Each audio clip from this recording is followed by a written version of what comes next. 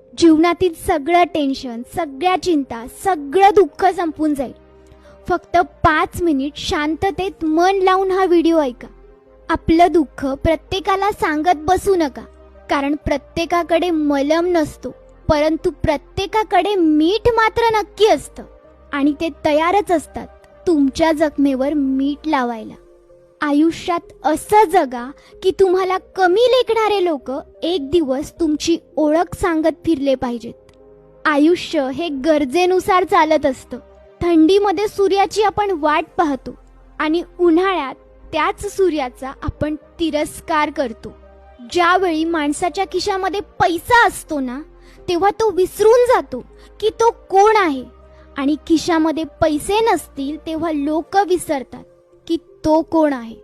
आपल्या यशाचा रुबाब आई वडिलांसमोर करू नका, कारण त्यांनी आयुष्यभर मेहनत करून तुम्हाला जिंकवलंय. जेव्हा पैसे नसतात तेव्हा झोप येत नाही, आणि पैसे येतात तेव्हा झोपेच्या गोळ्या खाऊन झोपावं लागतं. जेव्हा पैसे नसतात तेव्हा लोक मंदिरात दर्शनासाठी जातात, आणि जेव्हा पैसे येतात तेव्हा लोक मंदिरात फिरण्यासाठी जातात. लोकांना तेवढीच इज्जत द्या जेवढी त्यांची लायकी आहे, नाहीतर त्याच लोकांना तुमच्या डोक्यावर बसायला वेळ लागत नाही. पोटात गेलेलं विष एकाच माणसाला मारतं, पण कानात गेलेलं विष सगळीच नाती संपवून टाकतं.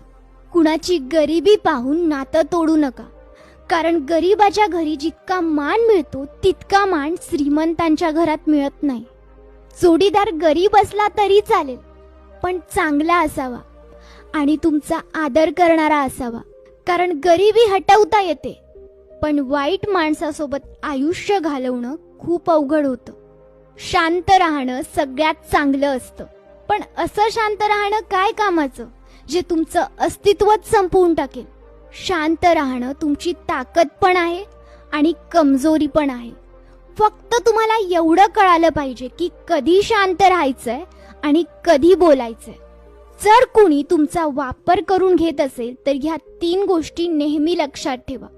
सगळ्यांना आपण एकाच वेळी खुश ठेवू शकत नाही, त्यामुळे पहिले तर लोकांना खुश ठेवणं बंद केलं पाहिजे, कारण तुम्ही सगळ्यांना खुश ठेवू इच्छिता आणि ते तुमचा वापर करून घेतात. दुसरी गोष्ट म्हणजे स्वतःला महत्त्व द्यायला शिका. आधी स्वतःची इज्जत करा, मग दुसऱ्यांची. आणि तिसरं म्हणजे प्रत्येक वेळी हो म्हणणं बंद करा. नाही सुद्धा म्हणायला शिका. नाही म्हणता आलं पाहिजे. लक्ष्मीची चोरी होऊ शकते, परंतु सरस्वतीची नाही. म्हणून श्रीमंत होण्याआधी सुशिक्षित बना.